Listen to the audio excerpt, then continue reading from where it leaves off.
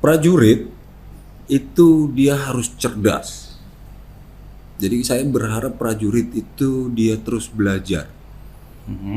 Prajurit itu melaksanakan tugasnya di dalam konteks sebuah unit kerja atau satuan TNI gitu ya. Gitu. Di situ ada komandannya. Nah, komandan dengan prajurit ini harus mengerti bahwa kita TNI itu bekerja karena adanya ancaman. Siap. Kalau kita tidak cerdas, kita bekerja tidak merujuk kepada ancaman. Nah, kalau kita bilang tadi tantangan pertahanan itu adalah sebenarnya sebuah ancaman.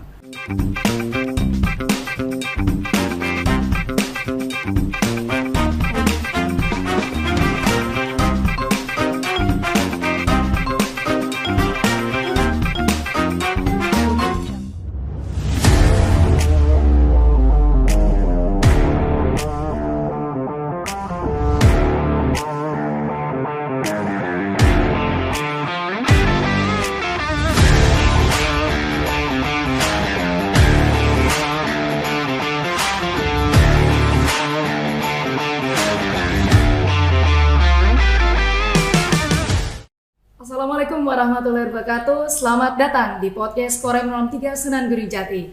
Saya Kapten CKE Koat Eligus Leningsih bersama rekan saya Sersan 1 Kasbun, para sahabat seluruh podcast yang kami cintai, baik di studio maupun yang berada di rumah. Kita berjumpa lagi dalam acara podcast Korem 063 Sunan Gunung Jati. Para sahabat seluruh podcast, kali ini kita sudah kedatangan narasumber. Beliau adalah figur pemimpin dan inspiratif buat kita sekalian, yaitu Panglima Kodam 3 Siliwangi, Bapak Mayor Jenderal TNI Muhammad Fajar MPICT. Beliau di sini sudah hadir di tengah-tengah kita. Kita akan sapa beliau. Selamat datang Bapak Panglima. Selamat datang Bapak. Ya, selamat datang juga Bapak Komandan Korem 063 Sunan Gunung Jati. Terima kasih Bapak Panglima. Merupakan sebuah penghormatan dan kebahagiaan buat kami Bapak Panglima bisa hadir di tengah-tengah kami, yaitu podcast Korem 063 Sunan Gunung Jati, di tengah kesibukan dan kegiatan Bapak Panglima yang mungkin begitu padat. Namun sebelum kita berbincang-bincang lebih jauh, kami akan mengajak juga para sahabat seluruh podcast untuk melihat tayangan selayang pandang dari Bapak Panglima. Para sahabat seluruh podcast, sebelum kita berbincang-bincang lebih jauh dengan narasumber kita, yaitu Bapak Panglima Kodam 3 Siliwangi, kami akan mengajak Anda untuk melihat tayangan selayang pandang Panglima Kodam 3 Siliwangi.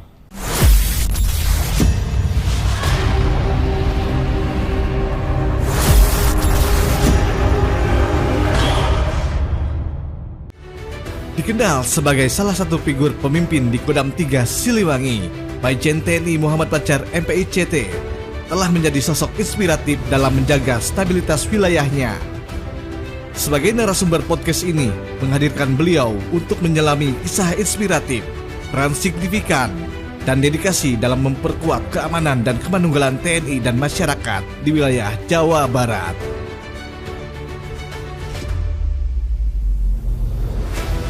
Lebih dari sekedar membahas tugas dan tanggung jawab Pangdam 3 Siliwangi, podcast ini akan mengupas sisi personal. Kita akan mendengar bagaimana beliau membangun satuan Kodam 3 Siliwangi di sela kesibukan dan tanggung jawab yang besar.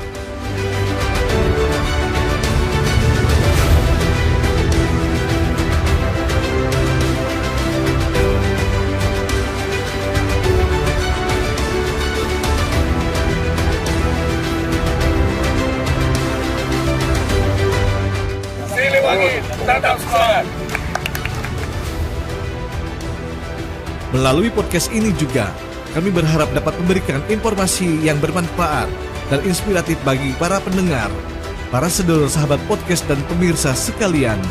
Kami juga ingin meningkatkan apresiasi masyarakat terhadap peran penting TNI Angkatan Darat, khususnya Kodam 3 Siliwangi, dalam menjaga pertahanan dan keamanan serta kemanunggalan TNI dan rakyat.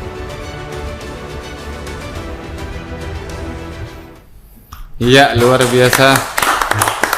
Tadi telah kita saksikan bersama ya tentang profil Bapak Panglima Kodam 3 Siliwangi, Mayor Jenderal TNI Muhammad Fajar MPICT. Betul sekali Ibu ya. Para sahabat seluruh podcast, kita akan kembali ke beliau, bertanya-tanya, berbincang-bincang tentang aktivitas beliau. Mohon izin Bapak Panglima, berkenan kami bertanya kepada Bapak Panglima.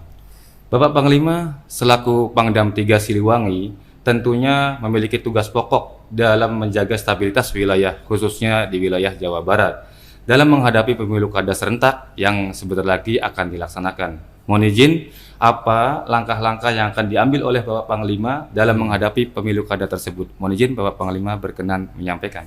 Ya. Yang pertama mungkin saya izin untuk menyapa para pemirsa podcast dulu ya. Assalamualaikum warahmatullahi wabarakatuh, sampurasun semuanya. Pak Danrem, terima kasih sudah mengundang saya untuk datang ke Makorem, Pak Kasbun dan Ibu. Terima kasih Ibu Eli. Kita sebagai Kotama yang menjadi bagian dari TNI dan tentunya juga Angkatan Darat melaksanakan tugas yang diberikan oleh pimpinan kita. Nah, dalam waktu dekat ini memang kita akan menghadapi pesta demokrasi, yaitu pilkada serentak se-Indonesia yang juga termasuk dilaksanakan di wilayah Kodam 3, yaitu di Jawa Barat dan Banten gitu ya. Kita akan melaksanakan total itu ada 35 provinsi, kabupaten dan kota, jadi 35 titik. Dalam mendukung penyelenggaraan pilkada yang tujuannya nanti bisa dilaksanakan dengan aman, tertib dan juga lancar sesuai harapan pemerintah, Kodam 3 memang di dalam tugas pokok di pemilu kada ini adalah mendukung tugas dari pemerintah dan juga dalam konteks menjaga keamanan kita, memberikan dukungan juga kepada penegak hukum yaitu Polri, sedemikian rupa sehingga nanti baik pemerintah melalui KPU, kemudian petugas-petugas di lapangan dari jajaran KPUD, serta pengawasan terhadap pemilu oleh Bawaslu itu bisa berjalan dengan baik. Kemudian juga mendukung tugas polisi melalui kegiatan-kegiatan polisionil. Jadi kalau kita bilang polisionil gitu. Nah, nantinya kita secara sinergi melihat apa yang bisa kita perankan sesuai dengan permintaan dari pemerintah. Misalnya kalau itu dalam konteks penyelenggaraan pemilunya, kita akan mendukung bagaimana logistik pemilu ini bisa berjalan dengan baik dan lancar gitu. Kalau misalnya ada kendala penyaluran logistik pemilu, kotak suara, surat suara dan lainnya ke daerah-daerah terpencil yang mungkin sulit dijangkau oleh transportasi normal, disitulah kita menggunakan sumber daya yang ada di Kodam ini untuk memperlancar kegiatan itu. Misalnya di suatu wilayah harus ditempuh jalurnya melalui sungai atau penyeberangan, atau misalnya harus menghadapi, kadang-kadang kita juga menghadapi situasi sulit karena alam. Gitu. Siap, betul. Kemudian petugas itu kesulitan membawa logistiknya sampai dengan ke desa-desa yang ada di dalam karena misalnya hujan deras membuat jalur yang dilalui kemudian tidak bisa menggunakan mobil. Siap. Kita harus pindahkan, lalu kita mencari seperti kuda beban gitu atau menggunakan motor. Itu kita akan berupaya untuk membantu kelancarannya. Kemudian dalam konteks menjaga ketertiban masyarakat, kemudian juga keamanan dan kelancarannya, kita juga menyiapkan sekitar 13.000 prajurit Kodam 3 ini untuk mendukung situasi yang kondusif. Spektrum pekerjaannya itu cukup lebar. Kita mencoba untuk fokus bahwa di dalam pekerjaan keamanan itu grade yang paling tinggi, tingkatan yang paling tinggi itu adalah pada saat bukanlah kita mengatasi apabila terjadi misalnya konflik horizontal atau misalnya terjadi huru-hara atau kerusuhan. Justru pada saat apabila setiap kegiatan dari tahapan pemilu itu berjalan dengan baik, gitu. Iya, Pak. Nah, potensi kerawanan yang ada selama pemilu itu kita harus mampu untuk masing-masing satuan kewilayahan membuat pemetaan. Berangkat dari situ nanti akan kelihatan di daerah misalnya Cirebon itu yang rawan apa. Kemudian kita bicaranya adalah melakukan mitigasi. Misalnya kita tahu bahwa ada friksi yang kuat antara kelompok pendukung paslon A dan B gitu ya. Nah, kita harus sebisa mungkin bukan menunggu mereka kemudian ketemu dan konflik, tapi membuat situasi sebelum itu terjadi menjadi tidak ada. Itulah grade yang paling tinggi. Lalu bagaimana caranya? Tentunya melalui komando kewilayahan, melalui jajaran Korem.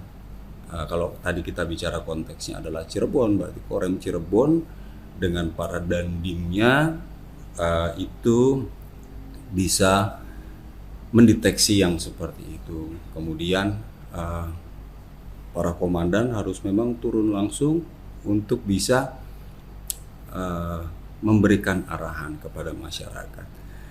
Berangkat dari situ, maka jauh sebelum kerawanan ini berubah menjadi ancaman, ya kita juga mendukung pemerintah, mendukung KPUD untuk bisa memberikan pencerahan kepada masyarakat bahwa penyelenggaraan pemilu kada yang saya pikir biayanya cukup luar biasa ya, itu tidak boleh kemudian sia-sia.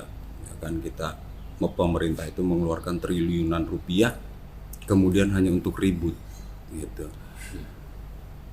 Oleh karena itu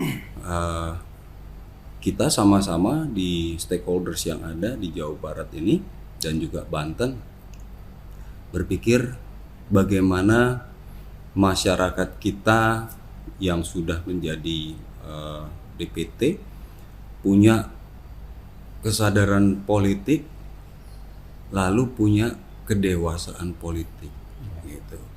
Dengan dua hal itu sebenarnya cukup untuk kemudian pesta demokrasi ini menjadi sesuatu yang luar biasa. Di pemilu yang sebelumnya, kalau kita mendengar beberapa komentar dari pengamat luar negeri tentang pemilu Indonesia pada saat Pilpres kemarin, kita adalah negara yang jumlah DPT-nya itu di dunia ini termasuk yang besar, tetapi kemudian penyelenggaraan itu sudah bisa dinilai sebagai salah satu penyelenggaraan dalam sistem demokrasi sebuah negara yang cukup baik, Nah, kemudian sekarang kita kembali lagi masuk di dalam pemilu untuk kepala daerah ini, ya kita harus bisa belajar yang kemarin misalnya ada kekurangan, ke depan kita harus lebih baik lagi. Kira-kira memang tugas Kodam ini spesifik kita tidak bisa menjelaskan panjang lebar karena memang waktu kita terbatas, tapi umumnya adalah yang akan kita lakukan mengisi kekosongan dari peran-peran para leading sektor penyelenggaraan pemilu ini. Luar biasa. Sangat Luar luar biasa biasa ya, sekali Ibu ya Bapak. Oh. Tadi telah kita dengarkan banyak tantangan baik dari pengiriman logistik dari pemilu, terutama daerah-daerah terpencil ini ya banyak betul, Ibu. dari gunung ataupun yang melewati sungai itu tentunya banyak sekali ya. Mohon izin Bapak, dan tadi sudah banyak sekali dijelaskan juga ya. tantangan-tantangannya luar biasa sekali untuk Bapak Pangdam 3 Siliwangi. Tadi juga sudah jelaskan Ibu. Iya. Nah, itu langkah-langkah Bapak Panglima Kodam 3 Siliwangi ini adalah sebuah inspirasi ya, sebuah harus kita kerjakan nantinya Iya, seperti itu. betul. Para sahabat seluruh podcast di studio maupun di rumah juga sudah kita dengarkan secara gamblang penjelasan dari Bapak Panglima Kodam 3 Siliwangi. Kemudian nanti kita juga akan lebih banyak bertanya lagi kepada beliau tentunya dari isi penyampaian tadi, yaitu yang paling seru adalah tantangannya Ibu ya. Tantangan baik. Iya. Betul. Mohon izin Bapak. Tantangannya sudah ada ya tentunya. Iya. Sekarang tantangan dalam pertahanannya Bapak, Iya. bagaimana itu Bapak? Iya. Iya. Maksudnya adalah tantangan pertahanan bagi wilayah kita ya. Iya. Ya, jadi kalau kita melihat diri kita sebagai bagian dari TNI, itu kita pertama harus menyadari kenapa negara ini dia punya aparat TNI. Iya. Karena negara itu setiap saat menghadapi ancaman.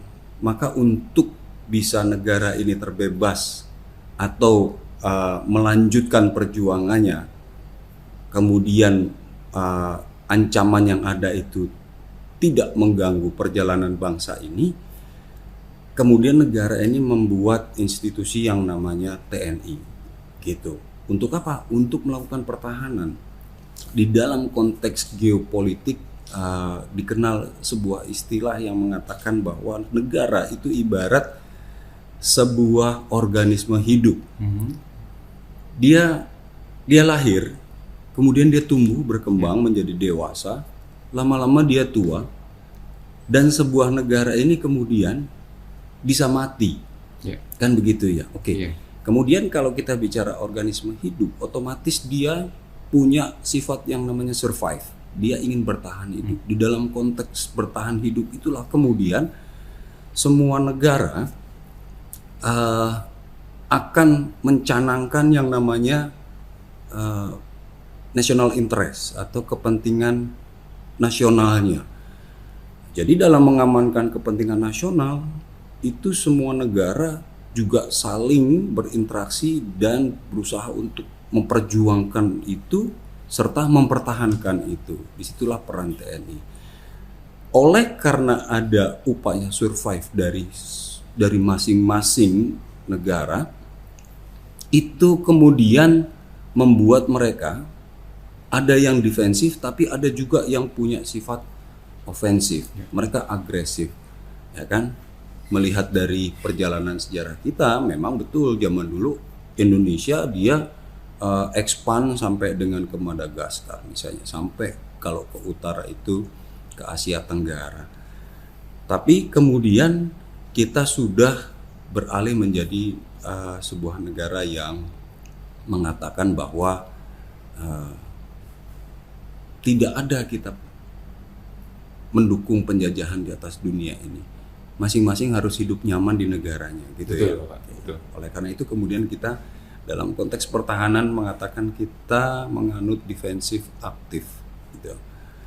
Nah, kalau kita melihat perkembangan zaman yang dipengaruhi oleh perkembangan ilmu pengetahuan kemudian diimplementasikan di dalam teknologi maju, maka kemudian tetap saja mereka-mereka yang berpikir bahwa kepentingan dia ini harus dia perjuangkan sehingga membuat negara lain itu mendukung kepentingan dia, itu disupport oleh adanya teknologi yang luar biasa maju. Perkembangan teknologi ini kemudian membuat sebuah tantangan yang baru dari cara kita dulu mempertahankan negara kita kepada cara-cara yang kemudian tidak bisa kita hanya berdiam diri dan menggunakan cara lama. Kenapa? Karena konsep cara mereka untuk mempertahankan dan memperjuangkan kepentingan negaranya itu sudah berkembang sedemikian rupa dengan didukung oleh teknologi. Iya. Oleh karena itu, kalau kita bicara bagaimana kita menghadapi tantangan pertahanan sekarang di Jawa Barat, kita harus menyadari bahwa di dalam sebuah upaya untuk menguasai sumber daya orang lain. Kalau dulu orang datang ke sana, kalau dulu VOC Jepang dia datang ke Indonesia kemudian mengambil rempah-rempah dan semua sumber kekayaan yang ada di sini dibawa ke negaranya. Betul. Kalau sekarang mereka tidak perlu datang ke sini. Kenapa? Teknologi, ya kan? Iya. Kalau dulu dia berusaha mempengaruhi cara berpikir rakyat Indonesia supaya mendukung dia, itu dengan face to face dia datang ke sini kemudian dia pengaruhi anak bangsa sehingga mengikuti mau mereka akhirnya mengkhianati negaranya sendiri. Kalau sekarang mereka tidak datang ke sini.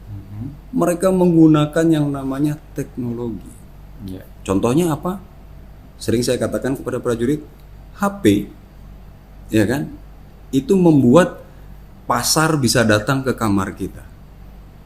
Ya kan? Membuat judi bisa datang ke kamarnya kita. Gitu. Melalui HP. Demikian juga cara untuk menjajah. Itu juga datang kepada kita melalui teknologi tadi, melalui HP. Jadi cara untuk mereka menguasai hati dan pikiran rakyat Jawa Barat dan Banten ini untuk mengikuti mau mereka itu adalah melalui indoktrinasi yang kita sering lihat ada di HP tadi. Nah, yang berbahaya adalah pada saat kemudian rakyat kita di sini itu tidak memahami bahwa dia juga punya kepentingan untuk negaranya. Itu tantangan pertahanan kita. Sehingga kadang-kadang kita melihat ada orang yang berdemo mengatasnamakan rakyat.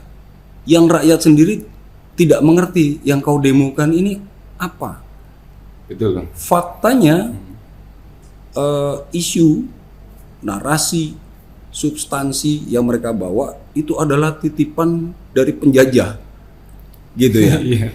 Yang kemudian digunakan tangan-tangan kepanjangan mereka yang ada di dalam negeri ini, kita bisa bilang anak bangsa yang menyerang pemerintahnya sendiri, yang menyerang kebijakan pemerintahnya sendiri.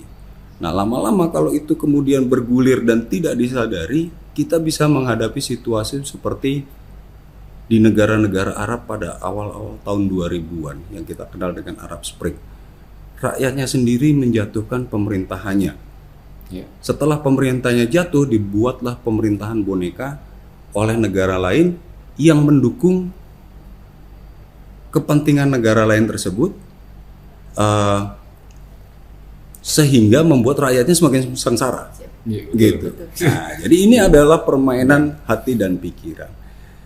Konteks itu kemudian menjadi tantangan besar buat kita Kodam 3 untuk menyadarkan rakyat bahwa kita di sini itu adalah satu bangsa yang juga punya kepentingan yang kita harus perjuangkan sendiri, gitu. Iya. Tapi tidak boleh kemudian kepentingan golongan itu di atas kepentingan bangsa. Betul. Nah, sekarang ini kita banyak lupa. Kembali lagi sama dengan kita bicara pilkada, kita harus memilih pemimpin yang mengedepankan kepentingan masyarakat banyak, bukan hanya menang kemudian mementingkan kelompoknya atau perorangan atau keluarganya. Dia nanti akan menghancurkan masyarakat kita, gitu ya.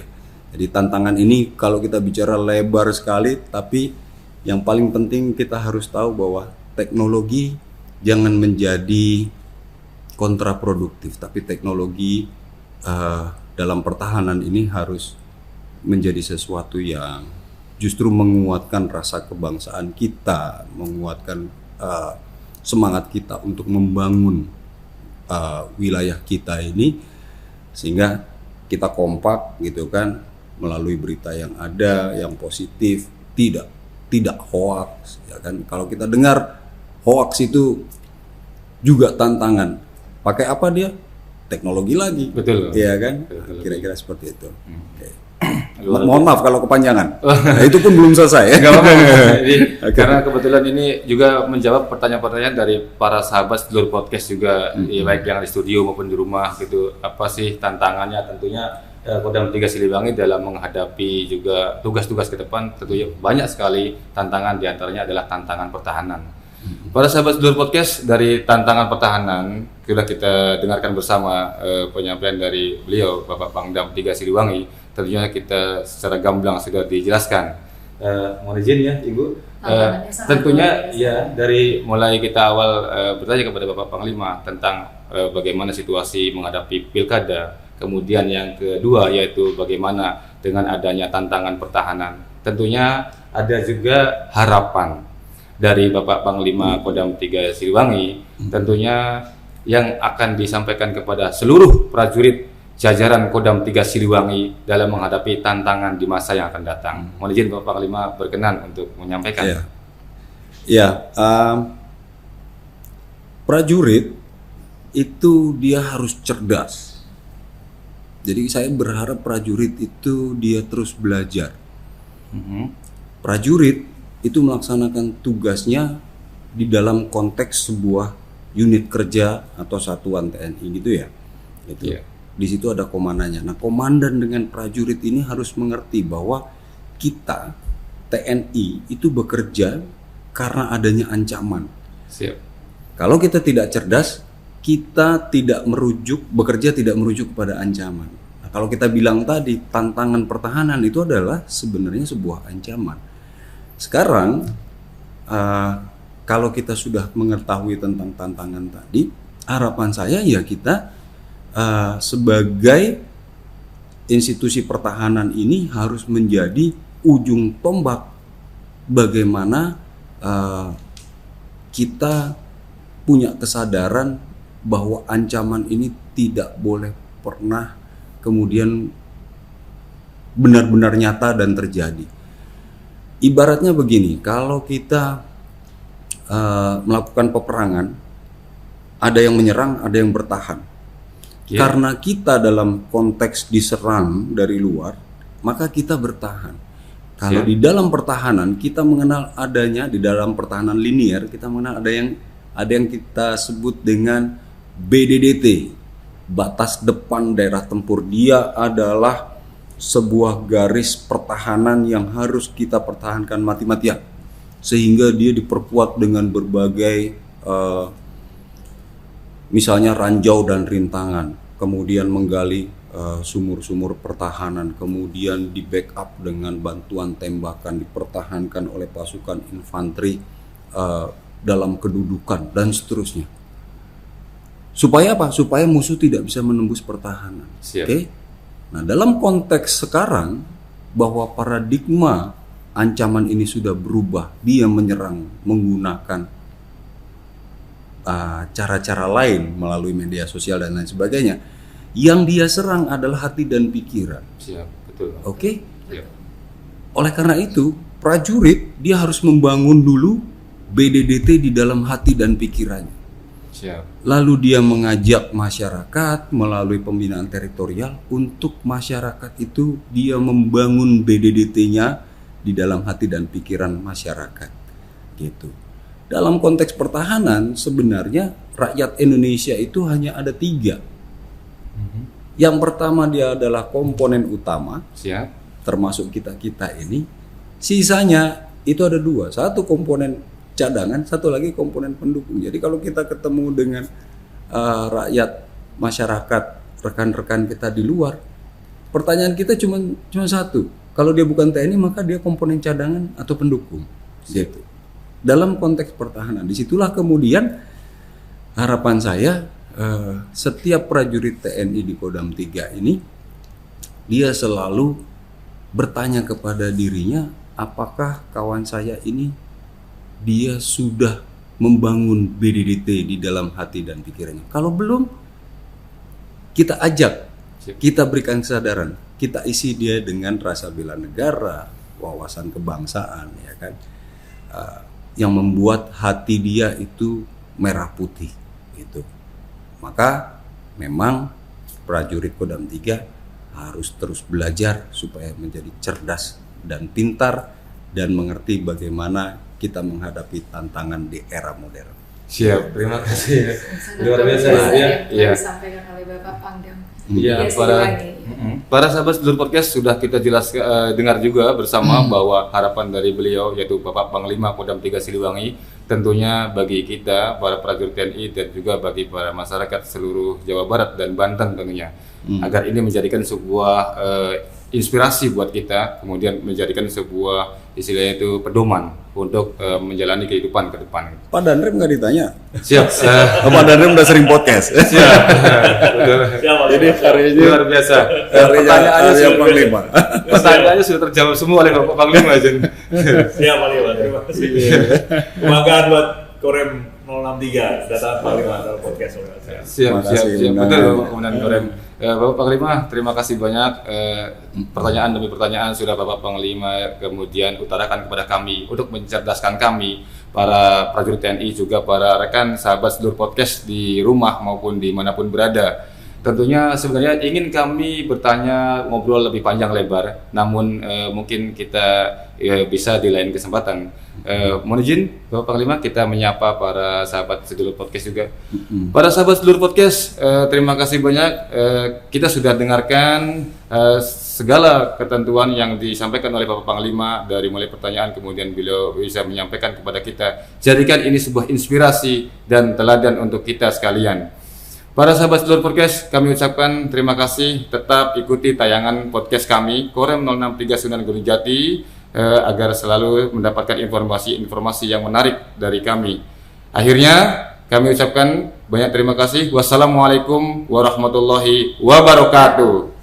Prajurit Siliwangi, militan dalam pertempuran, terdepan dalam pembangunan. Siliwangi. Wow.